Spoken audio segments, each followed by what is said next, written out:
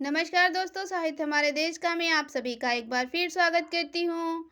आज जो मैं आपके लिए लेके आई हूँ वह एक प्रेरक प्रसंग है और लिखा मेरे ही द्वारा गया है। तो आइए सुनते हैं। एक राजा अपने मंत्री को साथ लेकर शिकार खेलने के लिए वन पर गए। वन में हिरन को देखा। राजा ने तीर प्रत्यंचा पर चढ़ाया ही था कि जंगल में से एक सुअर निकला और राजा को धक्का देकर भाग गया।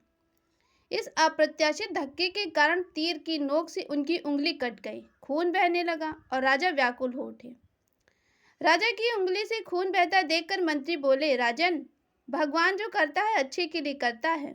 राजा को बहुत दर्द हो रहा था। मंत्री की बात सुनकर उसे बहुत गुस्सा भी आया।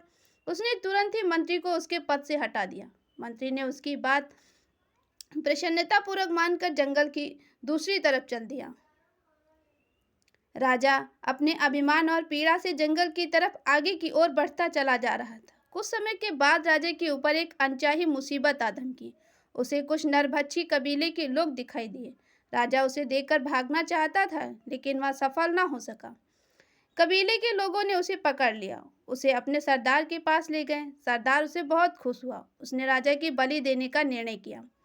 बलि की सारी तैयारियां पूरी हो चुकी थी। सरदार ने अपने जल्लाद को रोक दिया। बोला कि हम इसकी बलि नहीं चढ़ा सकते, क्योंकि इसका तो एक अंग ही भंग हो चुका है और ऐसे व्यक्ति की हम बलि नहीं चढ़ाते। इसे छोड़ दो। राजा ने जब यह सुना तो वह बहुत खुश हुआ और उसे अपने मंत्री की वह बात याद आई जब उसने कहा था कि जो होता है अच्छे के लिए होता है। फिर क्या था, राजा वहां से तुरंत छूटकर अपने मंत्री की खोज में निकल पड़ा। राजा ने अपने मंत्री को बहुत दिनों तक खोजा। आखिर उसका मंत्री मिल ही गया। उसका मंत्री एक नदी के किनारे बैठा भगवान की भक्ति में लीन था। राजा उसके पास गया और उसे अपनी गलती की क्षमा मांगने लगा और उसी समय उसका मंत्री पद वापस करने की बात भी कहने लगा। मंत्री ने उसे क्षमा कर दिया, किंतु वापस महल आने के लिए तैयार न हुआ। राजा वापस आने के लिए तैयार हुआ तो उसके मन में एक संशय था, जिसे वह अपने मंत्री से स्पष्ट करना चाहता था।